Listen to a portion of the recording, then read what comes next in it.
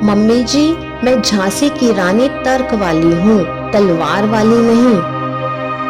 वाह दीदी, सही कहते हैं लोग, लड़कियां ससुराल जाते ही वहीं की हो जाती हैं। सब कुछ बदल जाता है, यहाँ तक कि उनकी सोच भी। बिल्कुल गलत नहीं कहते। आज तुम्हें देखकर लग गया, घर में, बाहर, कॉलेज में, कहीं भी किसी भी गलत बात के लिए किसी से भी लड़ जाने वाली झांसी की रानी अपनी सास ननद की गलत बातों पर भी हाँ में हाँ मिला रही है। 8वां आश्चर्य है ये तो। तू भी बदल जाएगी जिया, डोंट वरी, शिवानी ने मुस्कुराते हुए छोटी बहन कुमुद से कहा। बिल्कुल नहीं, मैं तो कभी नहीं बदलने वाली। मैं भी यही कहती थी ना, पर बदलना पड़ता है, कभी अपने लिए, कभी अपनों के लिए, कभी अगले का मन रखने के लिए। पर दीदी, ये गलत है ना? छोड़ सही गलत, तू ये खा, तेरी फेवरेट भेलपूरी बनाकर रखी है मैंने। शिवानी ने एक चम्मच भेलपूरी कुमुद के मुंह में ठूसते हुए उसे चुप करा दिया। कुमुद अपना इंटरव्यू देने बहन के शहर आई हुई थी। वो बहन के घर ही ठहरी थी। कल आने के बाद भी वो तैयारी में ही लगी थी। आज इंटरव्यू देने के बाद आई तो शिवानी की सास और ननद के साथ बात करने में लगी थी। बातचीत के दरमियान कई बार कुमुद ने नोटिस किया कि सास और ननद की गलत जानकारियों पर भी शिवानी हाँ में हाँ मिला रही है, और अगर कुमुद भी उन्हें सुधारने की कोशिश करती है तो उसे चुप करा देती है। हाँ, सास की किसी गलत जानकारी पर ननद भी कुछ कहती तो दोनों माँ बेटियां ही उलझ पड़ती। रात का डिनर करके दोनों बहनें सोने गईं। तब भी कुमुद थोड़ी अपसेट थी कि दीदी खुद भी हार मानती हैं और उसे भी ऐसा करने के लिए मजबूर करती हैं। शाम वाली बात से अभी भी उदास है चिया? तुझे याद है जब हम छोटे थे तो बड़े पापा हमारे घर आते थे और बोलना शुरू कर देते थे।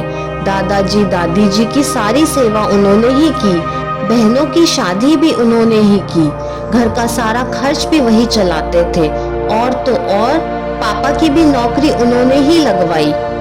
हाँ याद है, जबकि सबको पता था कि पापा कंपटीशन से गए थे सरकारी सेवा में।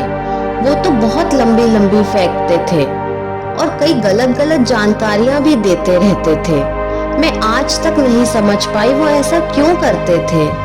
बिल्कुल, मैं बड़ी थी ना, एक बार मैंने पूछा था पापा से कि क्यों सुनते हैं आप इनकी झूठी और फालतू बातें पापा, जबकि हर बात का काट होता है आपके पास। बेटा, एक तो पहली बात कि ये मुझसे बड़े हैं, दूसरी बचपन से ही इनकी बड़ बोलेपन की आदत को देखता आ रहा हूँ, और तीसरी बात बेटा, कभी कभी सही होकर भी अपनों से हारने का मजा ही अलग होता है। कभी करके देखना, अच्छा लगेगा तुम्हें भी। पापा की वो सीख अभी भी अच्छे से याद है। अच्छा, वही कर रही हो तुम अभी? उस समय तो उनकी बात नहीं समझी थी मैं, और ना मेरा स्वभाव बदला। मैं लड़ती झगड़ती ही रहती थी सबसे, पर अब समझती हूँ कि कुछ लोगों को लगता है कि उन्हें जितनी जानकारी है उतनी और किसी को नहीं है। उन्हें जितना बोलना आता है उतना किसी को भी नहीं आता, या सीधे शब्दों में कह ले तो अपनी बातों पर हारना उन्हें पसंद नहीं होता। अब उनकी इस बात को कोई बाहर वाला तो बर्दाश्त करने से रहा, अगर घर वाले भी ना करें तो उनका ना केवल मन खराब होता है बल्कि आत्मविश्वास भी घटता है। मैं भी उनकी बातों को शुरू में सुधारने की कोशिश करती थी, पर बाद में उन्हें दुखी देखकर खुद दुखी हो जाती थी तो छोड़ दिया।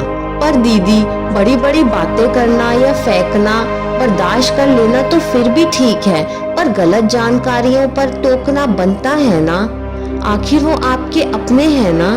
वो मैं करती हूँ बहन। शुरू में तो सुनकर चुप्पी लगा जाती थी, पर दिन भर वो बात दिमाग में घूमती रहती थी और मन परेशान रहता था।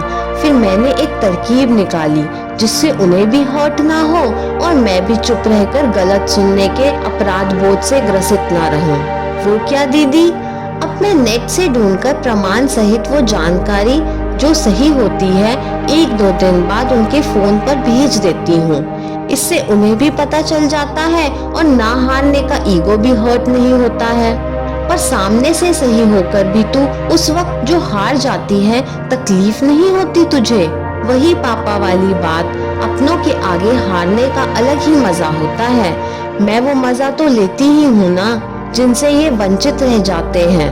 पर हाँ, मुझे लगता है उनकी सारी बातों का तथ्य उन्हें इसी तरह भेजती रहूं तो शायद कल को वो भी स्वीकार करने लगेंगे कि वो भी गलत हो सकते हैं। मतलब झांसी की रानी बदल गई? नहीं, हूँ तो अभी भी वही, पर अब झांसी की रानी तलवार की बजाय तर्क से लड़ने लगी है। शिवानी की इस बात पर दोनों बहनें ठहाके मारकर हंस पड़ी। ये कहानी आपको कैसी लगी मुझे कमेंट करके ज़रूर बताइए। कहानी पसंद आई हो तो लाइक, शेयर और चैनल को सब्सक्राइब करना ना भूलें। कहानी सुनने के लिए आपका बहुत बहुत धन्यवाद।